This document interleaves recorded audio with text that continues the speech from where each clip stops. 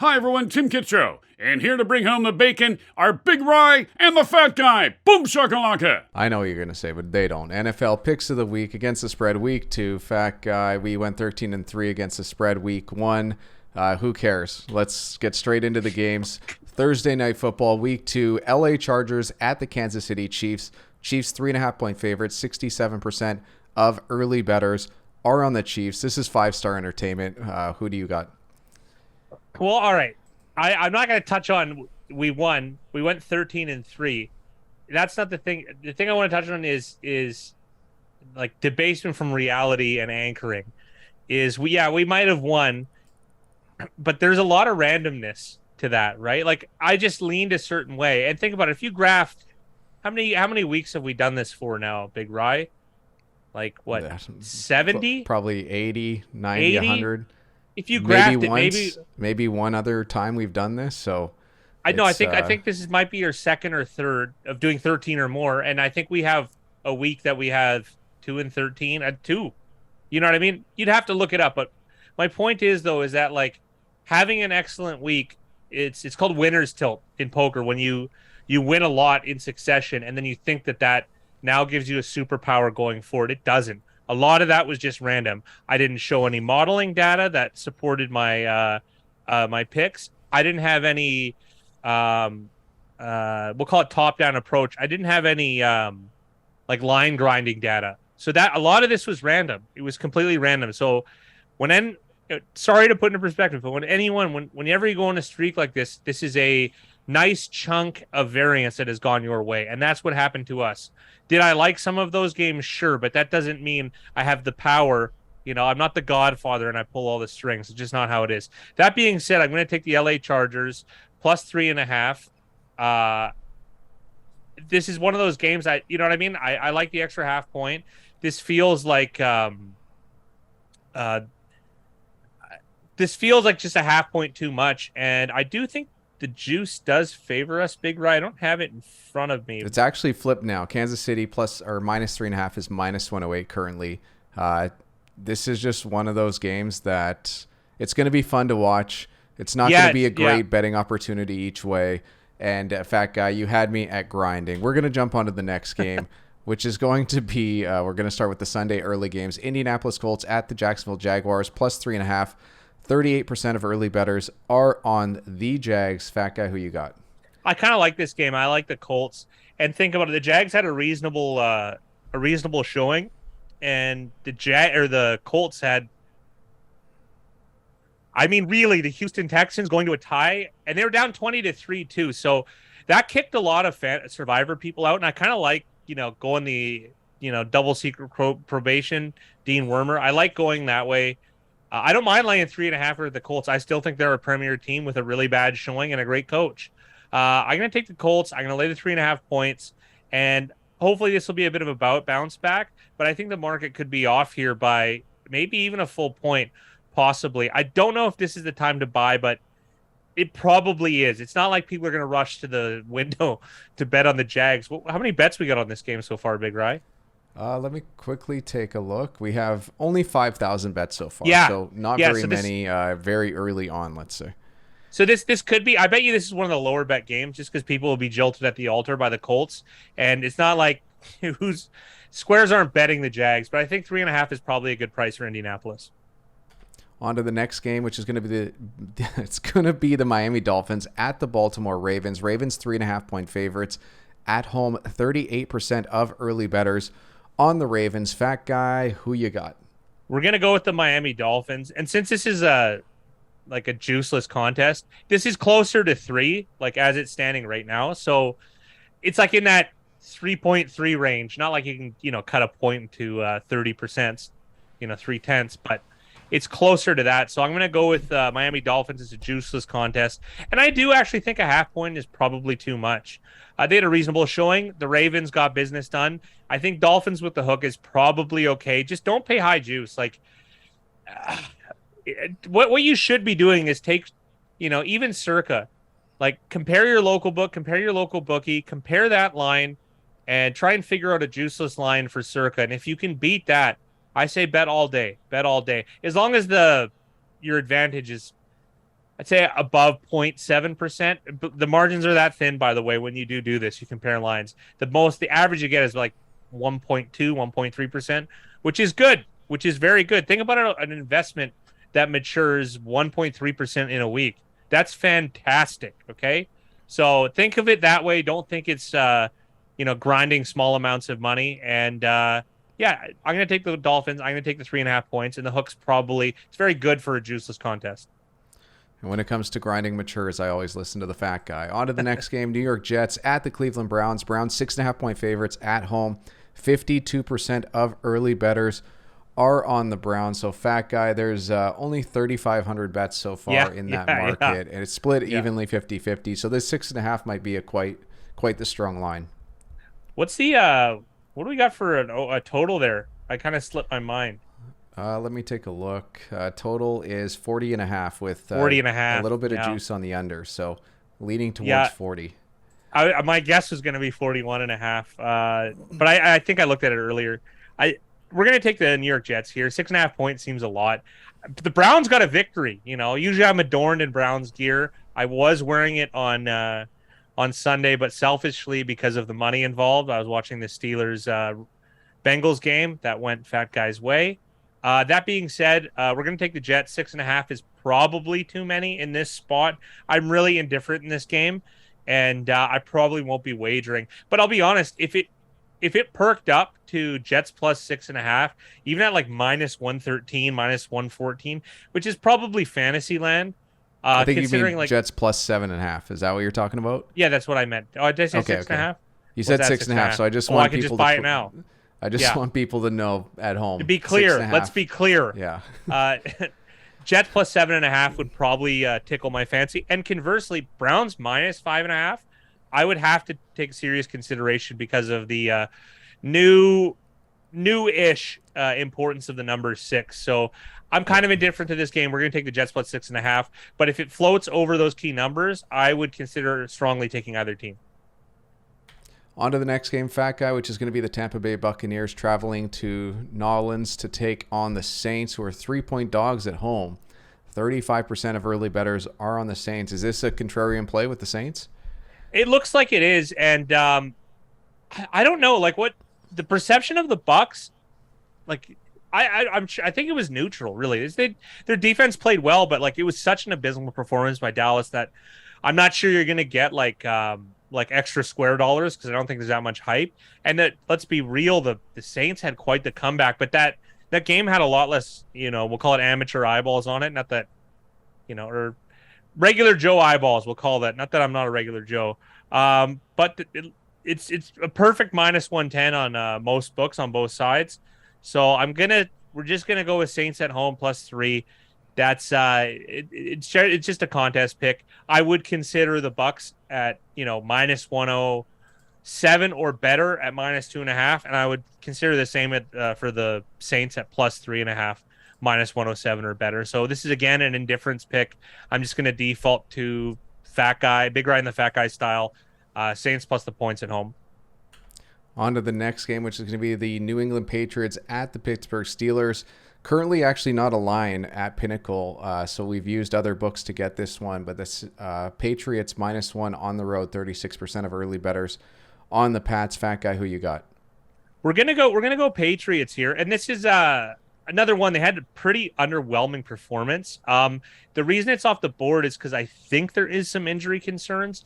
Well, that would make most sense to me, but it is up on even our local lottery book here. In British Columbia, Canada, they have it up too, so it can't be that big of a concern unless it's a big oversight.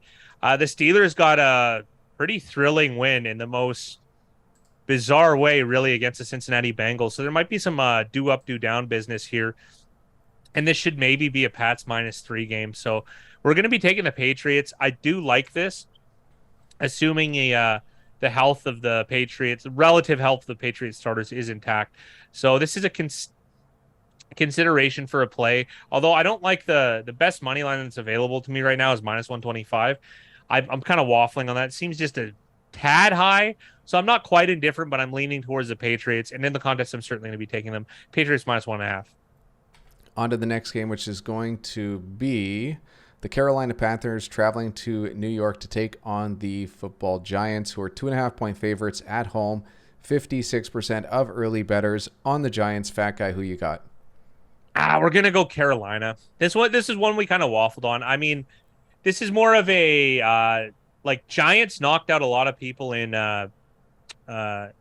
Survivor, and I gotta say, like Brian Dabble going for it, like that tickled the fat guy's fancy. I just feel like this spread might be off just a hair. Like this kind of feels closer to a pick'em, but again, I am indifferent to it. I would consider Carolina money line. New York money line, and Carolina, if it got up to 3.5 with reasonable juice, I would really consider Carolina. So like those are the two that, would stick out to me. And that would be the Giants if it did drop. You know what I mean? Like if it dropped to a pick 'em, I would probably like them. So that being said, this is purely going to be a contest pick.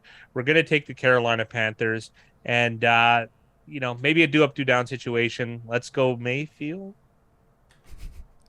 On to the next game. Washington Commanders at the Detroit Lions. Lions minus 1.5-point favorites. 72% of early bettors are on the Detroit Lions. Fat guy, who you got?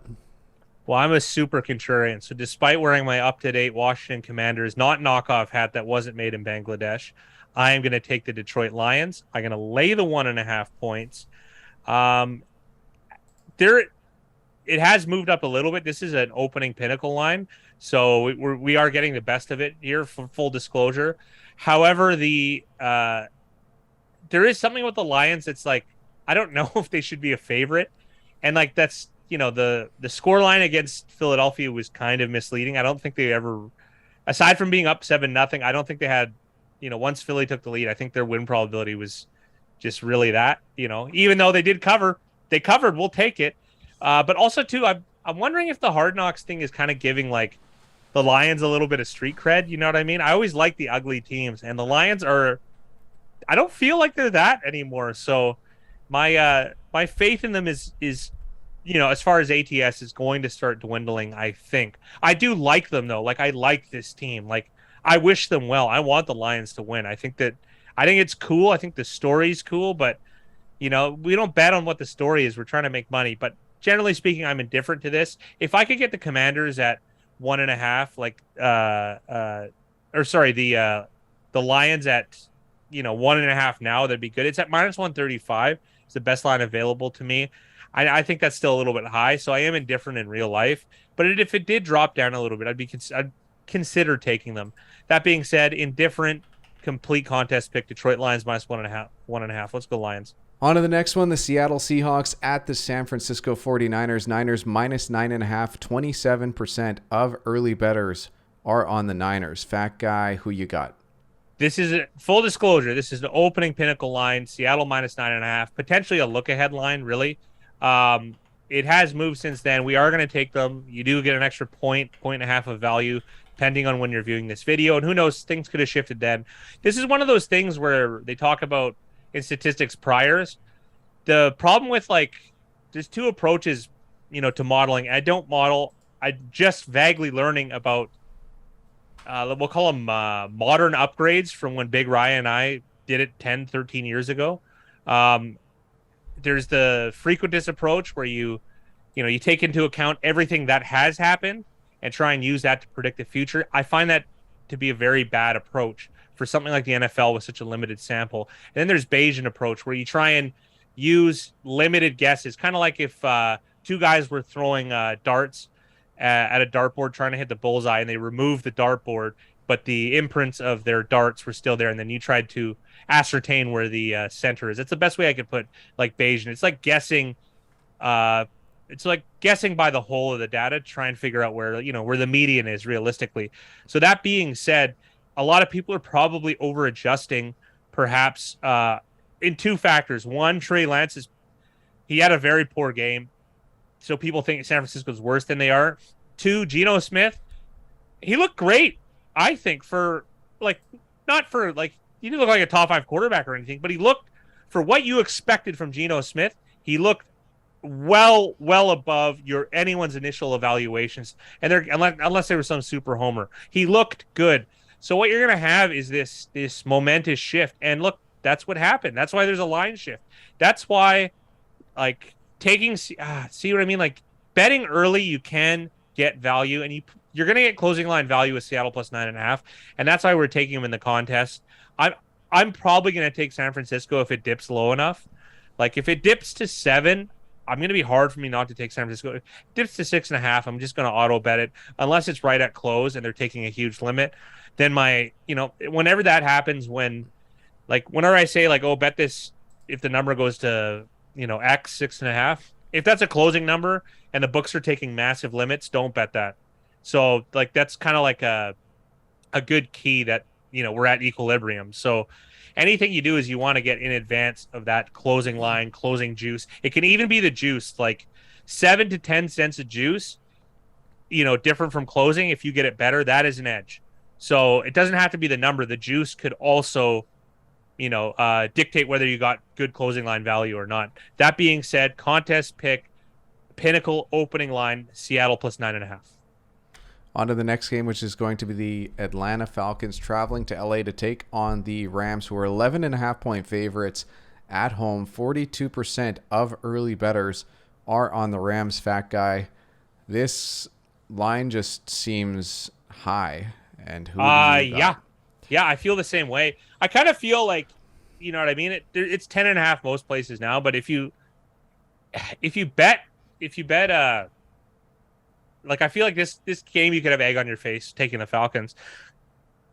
I'm not sure how I feel about it. I kind of feel like it seems too good to be true. It's almost. A trap, right? Like this line. I is hate a trap. using that word. I was trying to avoid it, but it probably is the best, most succinct way to talk about this game. I'm not going to be betting it in real life. I don't want actual dollars and egg on my face. So we're going to be taking Atlanta plus 11.5 in a pure contest pick. And I'm kind of curious if this is one of those spots where they get, like, I don't remember where, like, the Ram, like, how do I put this? The public is going to like the dog in this spot. Do you know what I mean? It's because, like, is this really a 12.5 game too? Like, that's possible to me. It's just that the Thursday nighter was so ugly and the Falcons played so well. Again, this is one of those things. You're going to take the prior. You're going to take the week 1 results, and you're going to underestimate the Rams, overestimate the Falcons. But this 11.5 just seems too much. So safely from the sidelines, I can take a contest pick, Atlanta Falcons plus 11.5. On to the next game, which is going to be the Arizona Cardinals traveling to Las Vegas to take on the Raiders, who are 3.5-point favorites at home. Fat guy, 64% of early bettors are on the Raiders. Who you got? Okay, so this is the opening Pinnacle line. It has now moved. You're going to see some 5s, depending on, again, where the shifts go. This is why closing line value is so big a deal. So some places it has 5.5. So we're going to take the Raiders, clearly, right? The gap between 3.5 and 5.5 isn't. It's probably it's the smallest gap under 10. I think you could probably make a case between 7.5 and 9.5, but I'm not. I think it's really close. I actually think this is better because 8 is more of a key number. Smaller rather, 3.5 to 5.5. So the 2 points seem bigger than they actually are. But this is the point of closing line value. I see a lot of stuff. I read a lot of stuff on Twitter about guys saying, "Oh, pick the side." That's not what we're doing here. Spread is picking the side by how much. That's really important. And to think that, like, the market is leaps and bounds off what the equilibrium spread is between the two with the juice tracked incorporated. You got a pretty clear picture, and you can run the numbers on it with closing numbers from a sharp book. You have a very clear picture of what most like what would happen if you ran the game 1,000 times. What would happen right in the middle? So I think there is value, serious value, if you got Raiders minus 3.5. And this is just, this contest is just going to serve as a reminder, is to try and make your inferences before Monday, if you can, Sunday or Monday. Like, don't make these bets on Sunday morning. Just it's so much harder. Try and figure out where you think the market is going to go, and clearly it's favoring the Raiders. And this is another thing too. Is this an overreaction though? You have the Raiders, who had a reasonable performance, contention against a very good team, and the Cardinals getting blown out by one of the best teams in the league. I'm not sure at 5, and I think 5.5 I'm indifferent. 3.5 I do like the Raiders, and we'll be taking the Raiders. So just to give people an idea, the difference between what this opened at versus what it's at right now, as far as money line for the Raiders, it's changed. Let me just do this very quickly. Do a little implied. You do no big implied? 5.5% difference. 5.5% difference in getting the Raiders at 3.5 on what their money line was when they're at 3.5 versus what the line is now, which is already pushed all the way up to 6 by the time we've recorded this. So there you go. While we're talking, and hold on one more second. Think about it in terms of an investment. Think if you made a stock pick, the difference in 5.5% in a year. Are you crazy? All of this stuff matters. All of this matters. We're betting the number. We're not betting the team. And if you're a guy who likes betting the team, I'd love taking your action all day, anytime. Raiders minus 3.5. That's going to make a great audio clip later. On to the next game, which is the Houston Texans at the Denver Broncos. Broncos minus 10, 24% of early bettors are on the double-digit favor Denver Broncos, who have just lost in prime time to the Seattle Seahawks. Fat Guy, who you got? I think this is a good bet right now. If you see this video early and it's still 10, I think this is going to trickle down to 9.5 to even 8. You know what I mean? Same thing.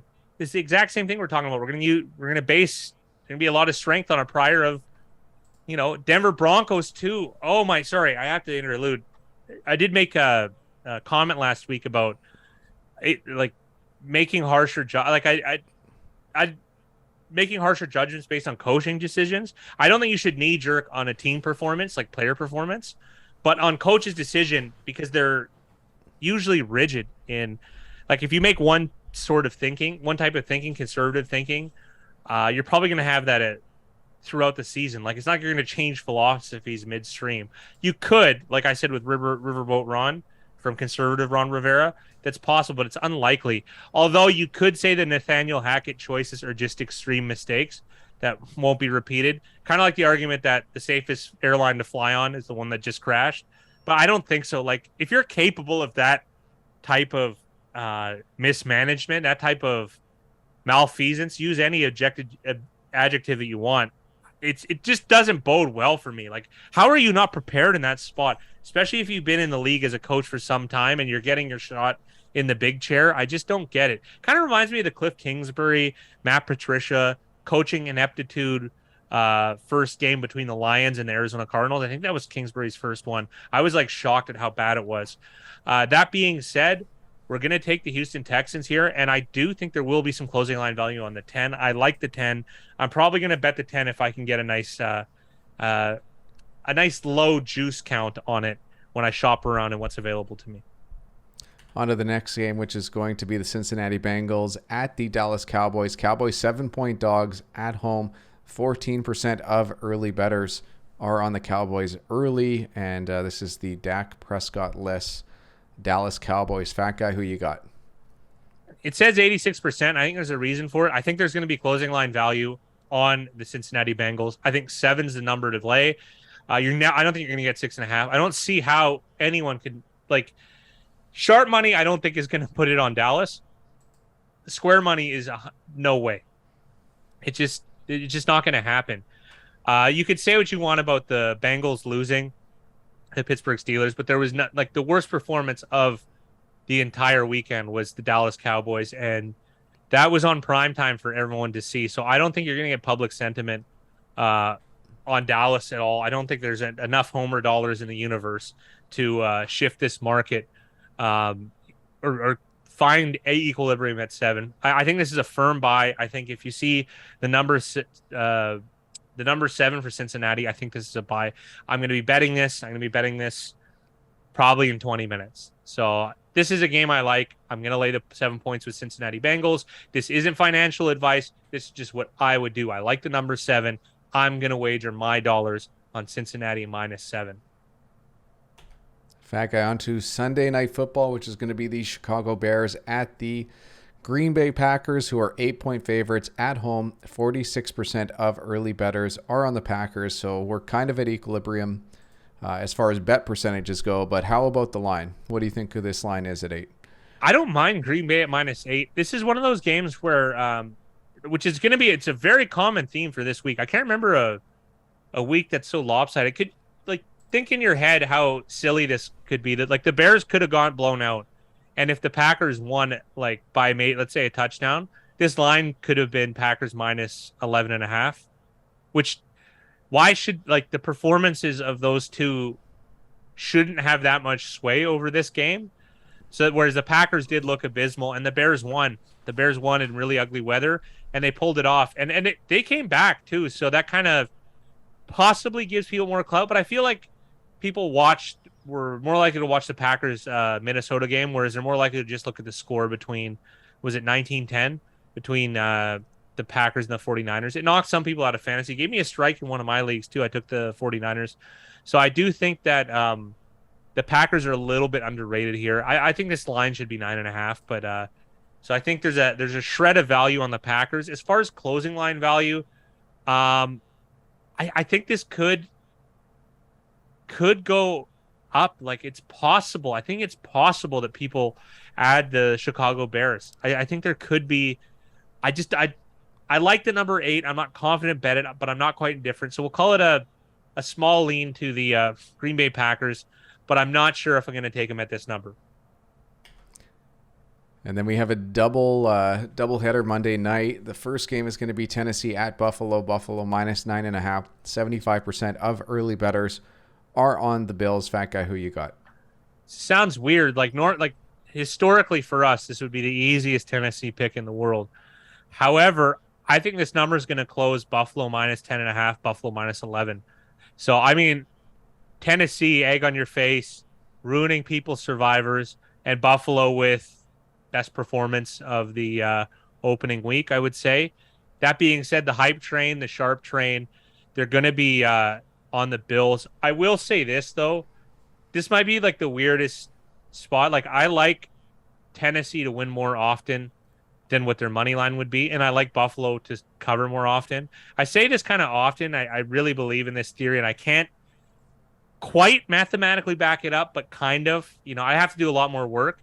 But the Bills really just chuck it. Like, they throw more than any team in the league by a mile. I don't like their closing the game out strategy. Like, even when they were up, 14 against the Rams, it felt like they were pouring on the pressure. That's great for covering spreads. That's not good for winning games. Does that mean I think the Titans are going to beat them? No, of course not. But do I think that the Titans, if you were to like them, that you're probably long-term going to do better, even though you're most likely to lose, by taking them in the money line? Whereas the Bills, I'm comfortable laying large point spreads, large numbers, because their strategy lends itself to it. Like, you know, even selling points with the Bills, it doesn't seem on par, because what they do is they use a baseline of a bunch of teams, like a basket, to try and price out the derivative of the Bills winning by, 13.5, let's say. But I don't think that that's indicative. And I think they're actually, even though those things tend to have more juice involved in them, I don't think that is sufficient to accurately price the Bills -9.5. Like, at a really nice odd set, I'm not sure exactly what that would be. I would consider like Bills -13.5. That's something, obviously pretty good plus money I would want, but it's still something. If this is a contest pick, it's going to be the Bills -9.5. I'm probably going to bet them in the next 20 minutes. -9.5, full disclosure. Bills -9.5. And then the final game of the week, the second of the doubleheader for Monday night, Minnesota Vikings at the Philadelphia Eagles. Eagles -3 at home. 26% of early bettors are on the Eagles. Fat Guy, who you got? This is another one we kind of waffled on. This is a contest pick. I do kind of like the Vikings +3, but that's just my disillusioned lean towards it. I don't have any strong reasoning behind it. Reasoning is not a good term. I don't like reasoning. I need a solid number. I need a reason to believe that I'm going to beat the closing line. I don't have that on this. This is probably right. So I'm going to, even though I feel like, Minnesota should be 2.5, I'm just going to fight that down. I don't have any evidence that this is going to move to Eagles minus 2.5. So we're just going to take the Vikings +3, and we're going to call it a contest pick. And this one I am excited for. I think this is going to be a good game. Philadelphia, they got the benefit of the doubt in the futures market. So we did see it. They did put up mega points against the Lions. I guess that's not saying much, but that's still something. 38 it's not bad. Let's see how they do against a big dog like the Minnesota Vikings. All right, Fat Guy, on to the lightning round. We're going to start off with the LAC at Kansas City game. The Chargers. Indy at Jacksonville. Indianapolis Colts. Miami at Baltimore. Miami Dolphins. New York Jets at Cleveland. The Jets. Tampa Bay at New Orleans. The New Orleans Saints on the fly. Pat Steelers. New England Patriots. Carolina at the New York Giants. Carolina Panthers. Washington at Detroit. Detroit Lions. Seattle at San Fran. The Seattle Seahawks. Atlanta at the LA Rams. The Atlanta Falcons. Arizona Raiders. Las Vegas Raiders. Houston at Denver. The Houston Texans with closing line value. Cincinnati at Dallas. Just bet them. Cincinnati -7. Chicago at Green Bay. Green Bay Packers. Tennessee at Buffalo. Buffalo Bills -9.5. And then the final game of the Monday night doubleheader, Minnesota at Philly. Should be a good one. Minnesota +3. All right, guys, that is it for us. Big Ryan the Fat Guy, we were the winners this week, 13-3. Congrats to everyone else. Really strong weeks here. People going 12-4, 11-5, 11-4, 10-6. So congrats to everybody on this list. Who's number 9? Who's number 9? CEO Eric Hayden? I don't know, but that would have been the JS715 name of the week if it was the name there. But either way, Fat Guy, onto the JS715 name of the week. Honorable mentions. Pinnacle is now a misnomer. I mean, it has lost a little bit of its luster, eh? You shift juice and there's reason to question it. Playboy, playmate, wife, or play QB at 45? Not a hard question, Tom. You don't know what she's like out of the bedroom. Come on now. The first week is bad as the last week. Nobody knows. Okay. New year, same fears. Betting the Falcons. Is Fat Guy's best friend is Stephen A. Smith. I don't like that guy. I don't like how he talks. I don't like how any of those guys talk. Still waiting for my Week 18 winning prize from last season. I guess everyone is, aren't they? I bet Fat Guy's dad steals dino embryos. It's very possible. I don't think my dad's ever been to a zoo. From Fat Guy to Big Daddy. I did have a son, so thank you for touching on that. This is the JS715 name of the week. Whoa, kaboom! Wit gave its soul to brevity, but Fat Guy stole it. That was a joke from last week. I wasn't sure if anyone picked up on it because I think it was the reverse of what I said. I think it's a Shakespeare quote. It's my attempt at humor, I guess. Well, guys, that's it. Make your picks against the spread for week 2 at BigRyanTheFatGuy.com. And that is it, Fat Guy. That's it for us. Week 2 in the books. Week 1 went well for us. There are a few games this week that you actually do like. Yeah, if you can get that number, Buffalo, but I'm like looking over and I'm seeing a bunch of 10s, and I think it is 10 now. So, oops. And Cincinnati, I think that one's still live. Perfect, guys. Well, thank you for watching. Like, comment, subscribe, all that stuff. And good luck in your picks for week 2.